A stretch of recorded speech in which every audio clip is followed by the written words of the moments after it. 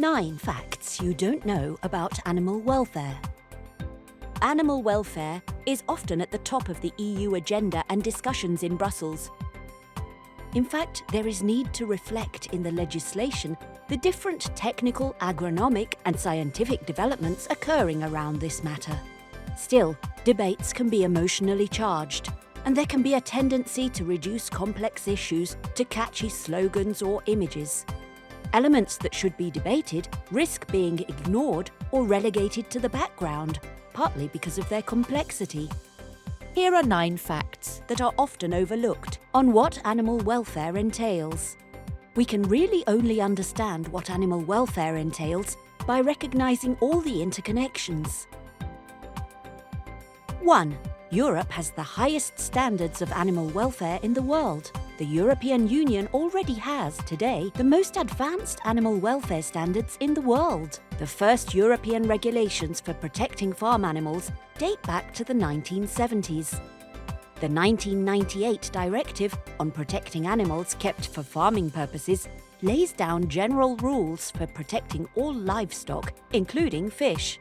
In addition, the EU has regulations on protecting animals during transport, at the time of slaughtering, and minimum standards for specific species such as calves, pigs, and laying hens. Since then, European farmers have often anticipated upcoming rule changes by innovating ways to better care for and protect their animals. 2. Animal welfare and economic sustainability are linked. Making sure animals are in good health is in every farmer's interest. Animal welfare is closely linked to health, breeding, and nutrition.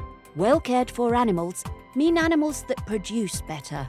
For a farmer, investing in animal welfare is a matter of balancing the books, changing or adapting the barn, removing cages, adding ventilation, adding herd monitoring tools, and changing feed.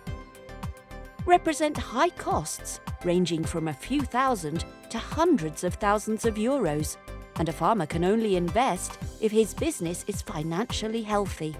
But this is a delicate balancing act. If investments in welfare increase too much and are not adequately supported by European policies, the farmer risks losing out on financial return and will have to reduce investments in other areas, for example, environmental upgrades, or worse, need to rethink the business entirely.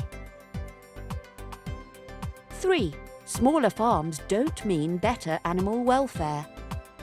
Contrary to certain clichés, animal welfare is not necessarily better on small farms. In some cases because they do not have sufficient resources to improve and update their structures.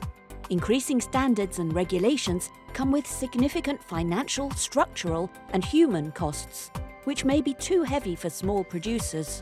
This may lead some small farmers to abandon their businesses, leading to fewer farms to support rural communities, fewer jobs, etc.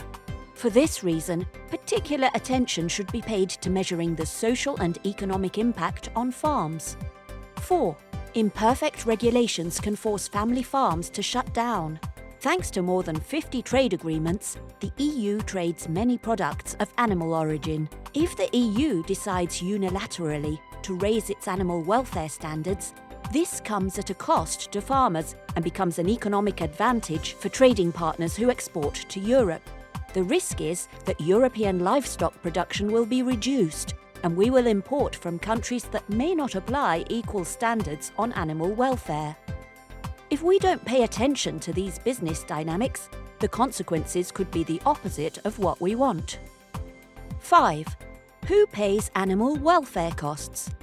The European Commission has not yet specified the framework of supporting measures it intends to adopt in its review of animal welfare legislation. So, estimating the cost passed on to producers and consumers is not easy. However, the studies are clear.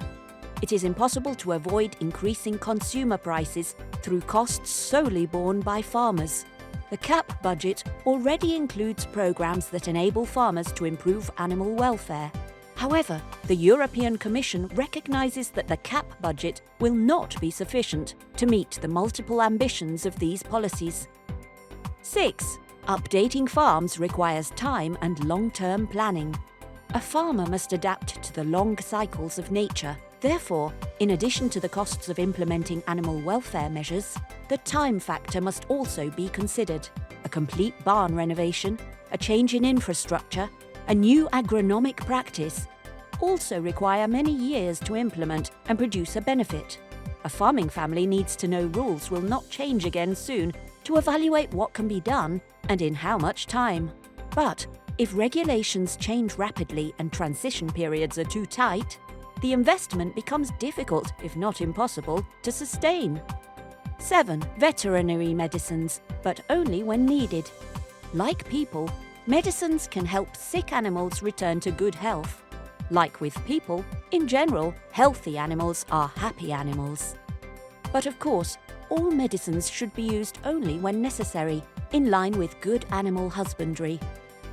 In Europe, in the last 10 years, the use of antimicrobials has decreased by over 50%, demonstrating not only the commitment of the sector in the fight against antibiotic resistance, but also improved animal health. 8. A European label for animal welfare. There is currently no harmonised European labelling on animal welfare. A European animal welfare label could partially compensate farmers for their efforts and production costs by adding a premium to the price of their products. We believe that this label should be based on a clear scientific and technical methodology and that it indicates specific shared practices. Secondly, it should clearly distinguish between European and imported products to reaffirm the high European standards regarding animal welfare, food safety, and workers' rights. 9. Genetics, the new frontier of animal welfare. Breeding strategies also support improved animal welfare. Breeding animals for a diversity of characteristics such as robustness, fertility, longevity, disease resistance, and positive behaviours improves both the health and the welfare of farmed animals, including fish.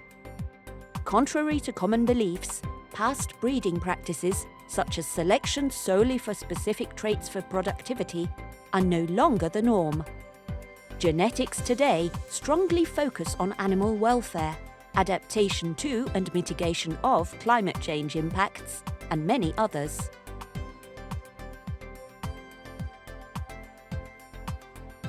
An animal welfare reform has a profound impact on livestock farming, with consequences for an entire generation of farmers.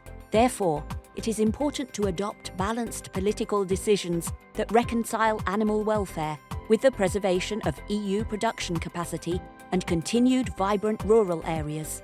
Only by involving those working in the sector can the European institutions implement policies that, free from the baseless emotional assumptions, rely on the latest technological and scientific developments available. It's time for open dialogue to ensure feasible and sustainable changes where they are needed.